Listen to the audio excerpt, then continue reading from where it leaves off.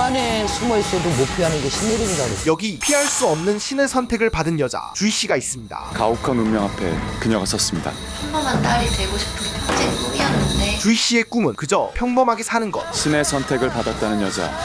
그 눈물의 비하인드에는 무엇이 있을까요? 초여름 어느 날 우리는 그녀를 만났습니다. 겉으로 보기에는 평범한 주희 씨.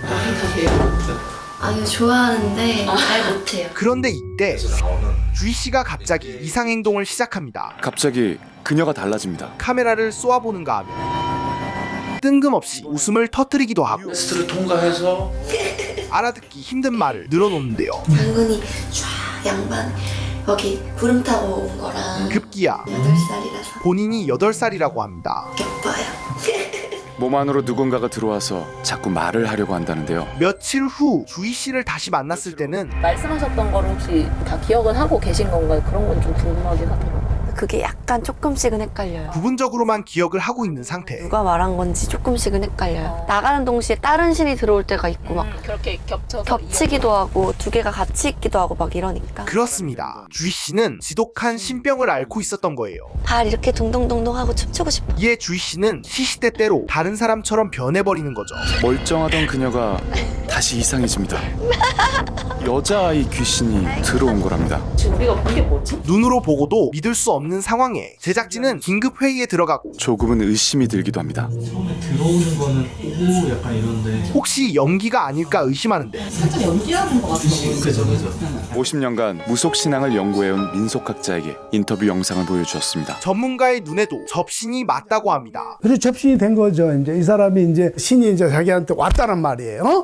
접신, 그러니까 인간의 몸에 신령이 내린 상태라는군요. 과연 접신을 겪는 사람들의 상태는 어떨까요? 신을 받기 전에는 내가 왜 이러지? 단 거 싫어하는데 막 애기 거를 막 찾아. 주희 씨가 겪는 현상과 흡사했습니다. 뭐가 들어왔다, 뭐가 나갔다. 표현할 수 없을 정도로 굉장히 강한 거지.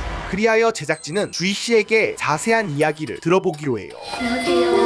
어린 시절부터 무용수를 꿈꿔왔던 주희 씨. 대학에서도 무용을 전공했고요. 뛰어난 재능에 노력까지 겸비했지만 즐거웠다? 항상 힘찼던 것 같아요. 그녀의 인생은 예상과는 다른 방향으로 흘러가게 됐죠. 그 후 아나운서로도 활동했지만 오래가진 못했습니다. 아나운서부터 요가 선생님까지 주희 씨의 모든 꿈은 좌절됐습니다. 생각보다가 아니라 정말 생각 그 이상으로 쉽지 않더라고요. 그런데 본격적으로 이상 현상을 겪은 건 지난 겨울부터였어요. 잠을 심하게 못 잤어요. 일상생활이 불가능한 수준이었죠. 자는데 막 거의 가위 눌려 있고 이래서 매일 가위에 눌리는 건 기본. 정신 차리려고 좀 있다가 기절한 거예요. 거기다가 공황장애까지 생겼습니다. 그러면서 공황장애도 생겼었고. 지푸라기라도 잡는 심정으로 찾아간 곳이 점집이었습니다. 그런데 그곳에서 예상치 못한 이야기를 듣게 됩니다. 바로 신내림을 받으라는 것이었는데요. 당신 여기 앉아야 돼, 내 자리 여기. 그러니까 무당하라고. 주희 씨는 처음엔 터무니없는 소리라 생각했습니다. 열받아 죽겠나. 지금 살려고 왔더니 또 죽이려고 하네 얘가. 그냥 거기 문 닫고 나와서 막 울면서 소리 지르고 했지. 그러나 속는 셈치고 다른 점집을 찾아간 주희 씨는 그리고 그곳에서 지금의 신아버지를 만났습니다. 평생의 은인을 만났죠. 얼굴 딱 보는 순간에 직감을 했습니다. 아유 무당들 팔자다. 친아버지 상열 씨는 주희 씨를 맴도는 귀신들을 목격하고 주희 씨 등 뒤에 따라온 귀신들이 너무 지저분한 거예요. 주희 씨 일단은 귀신을 떼어내는 누름굿을 제안했는데 이거를 한번 해보고 결정을 해보자. 속는 셈치고 자신에게 붙은 원혼들을 달래는 구술했다는데요. 그런데 그날 밤 딱 하고 와서 마음이 너무 편해진 거야. 거짓말처럼 주희 씨를 짓누르던 기운이 사라진 겁니다. 나 살아있구나. 이는 주희 씨가 생각을 바꾸게 된 계기가 됐죠. 제가 이 현상을 믿을 수밖에 없게 된 거죠. 뭐라 설명할 수 없는 그 기이한 현상을 주희 씨는 운명으로 받아들였습니다. 신을 모시기로 한 건데요. 정식으로 신을 받는 내림구 일주일 전 주희 씨가 부모님을 찾았는데요. 신내림 날짜가 정해졌다는 소식을 전하러 온 겁니다. 오늘은 쉽지 않은 말을 해야 합니다. 나이 40에 어렵게 얻은 소중한 딸이었습니다. 그런 딸이 무속인이 된다니. 부모님 마음은 어떨까요? 하지만 다행히도 부모님은 주희 씨에게 응원을 건네는데요. 아무튼 잘해 편하게. 응? 누구보다 주희 씨의 고통을 이해하기 때문이죠. 우리는 옆에서 조용히 응원할게. 집에를 왔는데 우리 애가 울면서 이야기를 하는 거예요. 내가 신내리만 안 받으면 나는 죽는데 나 좀 살려달라고. 더 이상 주희 씨의 고통을 바라볼 수 없었던 부모님은 그러니까 어느 부모 자식이 그 생각하니까 눈물이다. 결국 주희 씨의 신내림을 허락한 겁니다. 그 생각하면 내가요 눈물이 나. 그러나 현실을 받아들이는 건 다른 문제였죠. 한 달 전에 내가 허락해줬어. 내가 살면 얼마나 살겠습니까? 그래서 다 양보했어요. 그러고 나니까 또 속이 편해요. 사랑하는 딸이 평범하게 살았으면 좋겠다는 소박한 바람. 좋은 남자 만나서 시집 잘 가고 애기 낳고 살고 이게 보통 엄마들 평범한 소원이죠. 근데 정말 그렇게 그 길로 가야 되는 건가? 모든 일상이 하루아침에 무너진 겁니다. 나는 진짜 우리 딸이 이러리라고는 생각도 못했어. 시간은 흘러 신내림을 받기 3일 전 산신 할아버지께 인사를 드리러 산에 오르는데요. 평범한 30대 주희 씨가 아닌 무속인으로서의 안녕을 비는 자리. 자꾸만 눈물이 흐릅니다. 이 눈물의 의미는 내려놓음과 동시에 새 출발을 뜻하죠. 이전에 나랑은 다르게 이제 사는 게 쉽지는 않아. 그냥 슬퍼. 수백 번을 각오한 일이지만 쉽지 않습니다. 약간의 두려움이 있는 거죠. 이주의가 아니라 무당 미주의가 되는 거잖아요. 드디어 내림굿 당일, 올 것 같지 않았던 그날이 왔습니다. 굿당에는 내림굿 준비가 한창인데요. 내림굿 준비가 한창인 그 사이로 오늘의 주인공 주희 씨가 등장합니다. 눈이 부어 있네요. 긴장한 딸의 모습에 엄마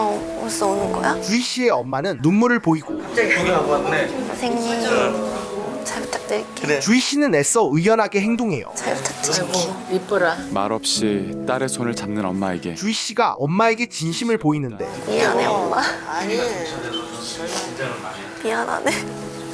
딸이 이렇게밖에 안 돼서 열심히 키웠는데. 속상함에 연신 눈물을 흘리는 엄마에게 그저 미안한 마음뿐인 주희 씨. 딸은 흐르는 눈물이 멈추지 않습니다.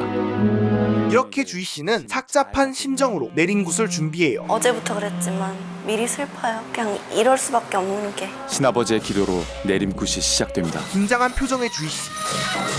상간대 그늘이 용간대 소위로 내 오늘 다 이정성 드리려 많이 돌고 돌아왔구나. 이때 신할머니 또한 등장하고 주희 씨가 무사히 신을 받을 수 있도록 의식을 거행합니다. 생고기를 입에 물고 펼치는 일명 구는거리. 잘 놀고 잘 먹고. 예. 내가 오늘 잘 놀고 가니. 예. 만미냐 금년으로 가자. 감사합니다. 시간은 흘러 벌써 4시간째 굿이 진행 중인데요. 그런데 이때 신아버지 상열 씨의 입에서 충격적인 이야기가 나오는데 아이고 불쌍하다. 원래는 네 엄마가 이거를 했어야 되는데 너한테 온 거야. 바로 신내림이 주희 씨 가족의 운명이었다는 것이죠. 원래는 또 동생한테도 가려고 그랬는데 또 직업이 세요. 그니 너한테 왔지. 받아들이자. 그럼 괜찮아요. 받아들여. 네. 주희 씨는 받아들이겠다고 합니다. 이제 주희 씨 차례입니다. 12신령에게 공수를 받아야 하는데요. 순식간에 표정부터 목소리까지 돌변하는 주희 씨. 누구세요? 아니 지금 아니요 지금 없어요. 말 안 하면 저 나무에다가 또 이내 이건 내 옷이 아닌데. 원하는 옷이 따로 있는지 다른 옷을 입겠다고 하는데 어떤 걸 입을까요? 저 파란 거요. 어떤 신이 왔는지를 알지 못하면 어떤 무속인이 될지도 알 수가 없다고 합니다. 시간은 계속해서 흐르고 이때 한창 구슬하던 주희 씨가 쓰러져요. 그리고는 억울한 듯이 울기 시작하는데요. 지금 울음을 토해내는 건 그녀에게 내린 신일까요? 아니면 주희 씨 자신일까요? 이어서 자신이 주희 씨 곁을 지키는 할머니라고 합니다. 내가 이 아이 항상 옆에 있는 할매야. 그럼 밖에 하늘을 보고 천국 타러 나갈까요? 울다 지친 주희 씨는 천국맞이를 하러 밖으로 나가고 물동이에 올라 신을 받는 천국맞이, 오늘의 마지막 의식입니다. 나는 11살. 쉬지 않고 굿을 진행하죠. 이젠 더 이상 엄마가 알던 주인은 이곳에 없습니다. 그 가혹한 운명이 서글퍼지는데요.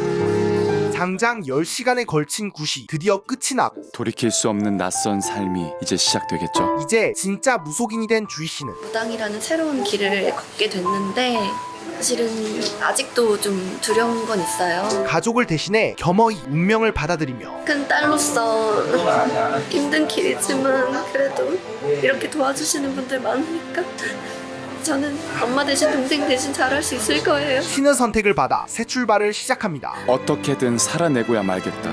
지금 그녀가 흘리는 눈물의 비하인드는 끝내 살아내겠다는 생의 의지 아니었을까요? 화려한 불빛이 가득한 도심. 그러나 그 틈을 비집고 보이지 않는 악취가 흘러나오는 곳이 있었으니 원래가 많이 나오더라고요. 그 악취가 좀 너무 심했거든요. 그건 바로 한 주택가였는데요. 아유 징그러워서 못 보지. 혹시 사람이 죽은 거 아니냐고 막 이렇게 얘기를 하더라고요. 오죽하면 사람이 죽었다는 소문까지 퍼질 정도로 집이 뭔가 이상하다. 사태는 심각했죠. 과연 소문만 무성한 그 현관문 너머에는 무엇이 도사리고 있는 걸까요? 그 집을 찾아갑니다.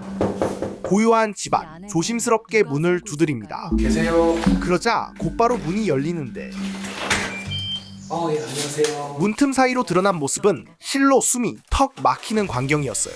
작은 원룸이 쓰레기로 가득 찼습니다. 벽엔 곰팡이 가득, 바닥은 끈적이고 제작진도 당황스럽기만 합니다. 이곳은 사람이 살고 있다는 게 믿기지 않을 만큼 난장판이었어요. 그런데 정작 방 주인은 평온합니다. 하지만 놀랍도록 평온한 아름 씨.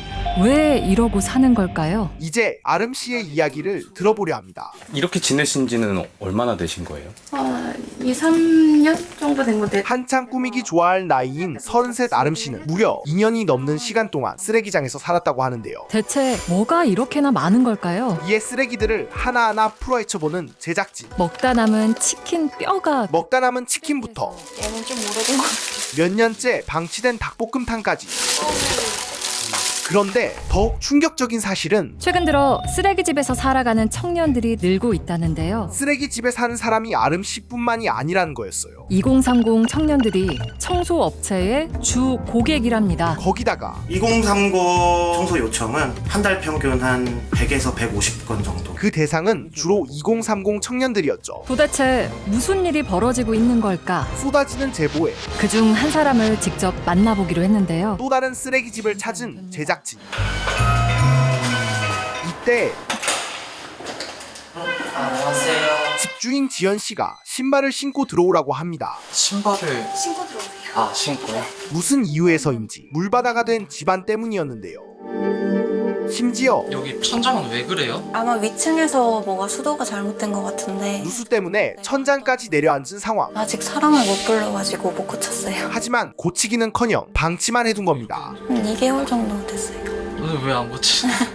집이 이 모양이라서 사람 부르기가 좀. 또 다른 사연자를 만나러 홍대에 갑니다. 제가 거주하고 있는 데가 이 신촌 홍대 이쪽인데. 안녕하세요. 안녕하세요. 역시나 더러워가지고 신발 신고 다 들어오세요. 신고 들어. 신발을 신고 들어오라는 집주인 승환 씨. 이번엔 공대남입니다. 집안은 쓰레기들로 가득 차 무엇이 쓰레기고 무엇이 생활용품인지 도저히 구분할 수 없는 수준이었어요. 고장났는데 못 갈아가지고. 그리고 앉을 데가 없어가지고. 겨우 제 몸 하나 누일 수 있는 작은 침대만이 승환 씨의 유일한 활동 영역이었습니다. 앉을 곳은커녕 서 있기조차 힘이 듭니다. 그런데 유독 승환 씨의 집에는 쓰레기 더미에서 가장 많은 자리를 차지하고 있는 건 온라인 배송 상자. 택배 상자가 가득했죠. 온라인 배송 같은 경우는 주로 1인분이 아니라 좀 대량 배송으로만 그게 되다 보니까 대량으로 시키고 또 남고 썩히고 그렇게 계속 되는 것 같아요. 필요 이상의 물건을 사고 쓰지도 못한 채 썩혀버리는 잘못된 생활 패턴. 대체 이런 집에서 어떻게 살 수 있을까요? 3명의 노하우를 들어보기로 했습니다. 우선 지연 씨의 노하우를 공개합니다. 방치된 음식물과 쓰레기로 주방은 제 기능을 잃은 지 오래입니다. 제 역할을 하지 못하는 주방을 피해 주방은 아예 안 써요.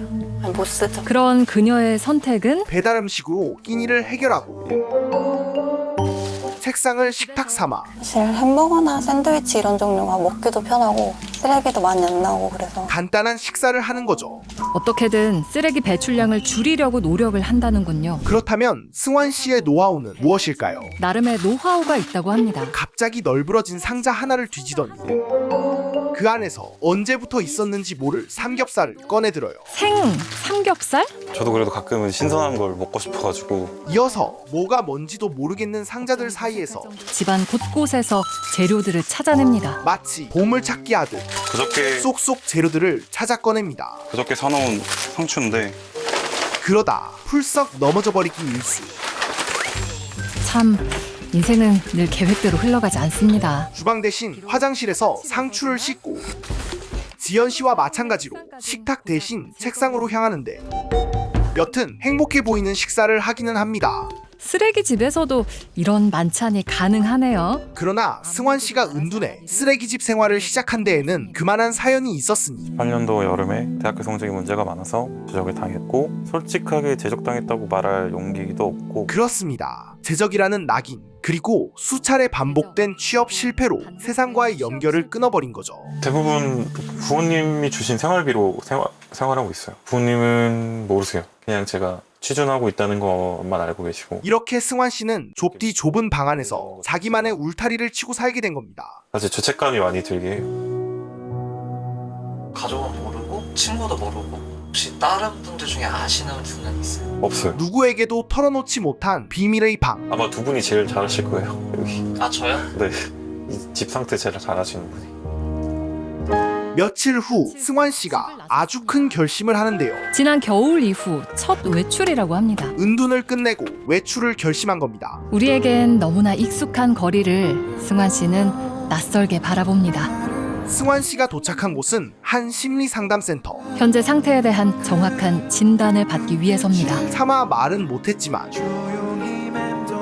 눈에 띄는 단어는 부모님. 마음속에는 늘 부모님이 있었습니다. 꿈을 많이 꿔요. 잘 때 부모님이 집이 이런 걸 보게 되는 꿈. 엄마가 아버지가 이런 모습을 보면 승환 씨는 가족들을 떠올리며 다시 한번 스스로를 다잡는데 처음에는 화내시겠지만 그래도 또 그냥 또 해결해 주시고 네, 다시 또 믿어주실 것 같아요. 그냥 우리가 기대를 좀 덜 할게. 너무 부담 느끼지 마라. 끝내 참아왔던 울음을 터뜨리는 승환 씨. 그리고 이 눈물은 승환 씨의 새로운 시작을 의미했죠. 아직 늦은 게 아니었으니까 좋겠어요.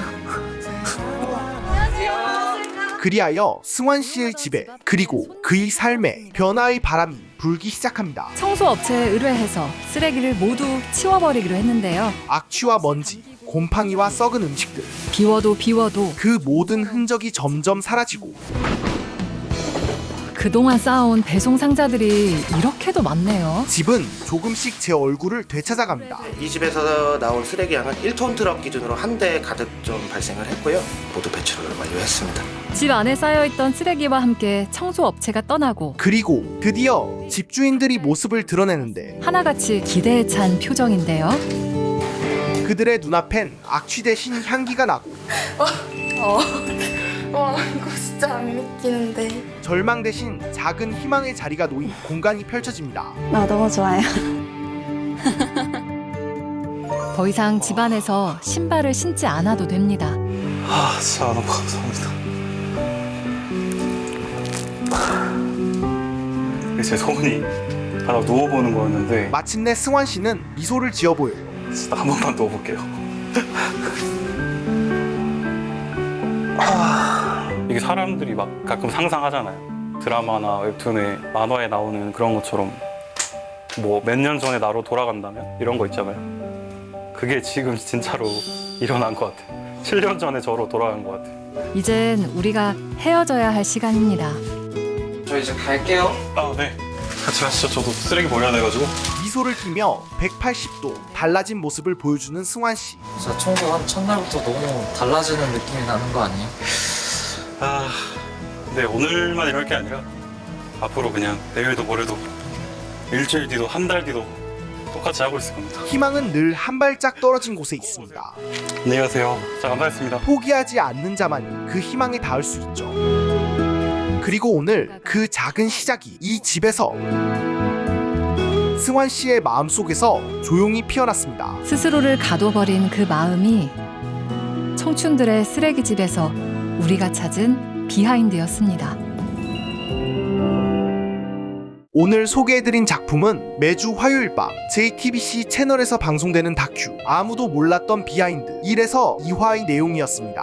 세상을 떠들썩하게 만드는 사건들 그리고 매일같이 터지는 믿기 힘든 이슈들 속 그 이면에 숨어있던 아무도 몰랐던 진실을 조명하는 아주 흥미로운 다큐인데요. 첫 번째, 신의 선택을 받은 여자 주희 씨의 이야기. 누구나 평범하게 살아가길 꿈꿉니다. 그러나 어떤 삶은 스스로 선택할 수 없는 길 위에 놓이기도 하죠. 이제 주희 씨는 어엿한 무속인이 되었습니다. 그 길의 끝에 어떤 고통이 기다릴지 어떤 평온이 찾아올지 알 수는 없지만 분명한 건 주희 씨는 도망치지 않았고 외면하지 않았으며 그저 묵묵히 자신의 운명을 마주했다는 사실입니다. 주희 씨는 이제 새 출발을 시작합니다. 두 번째, 쓰레기장에 갇혀 살던 청년들의 이야기. 그들이 갇혀 있던 것은 쓰레기 더미가 아니라 끊임없이 끊임없이 반복된 실패, 외로움, 그리고 누구도 들어주지 않았던 마음의 무게였습니다. 하지만 누군가의 작은 관심, 한 번의 용기, 그리고 조심스레 내민 손길이 그들에게 다시 살아갈 이유가 되어주었습니다. JTBC 아무도 몰랐던 비하인드, 다음 화에서는 또 어떤 숨겨진 이야기가 우리를 기다리고 있을까요? 화요일 밤 10시 40분에 JTBC 채널에서 확인하실 수 있고요.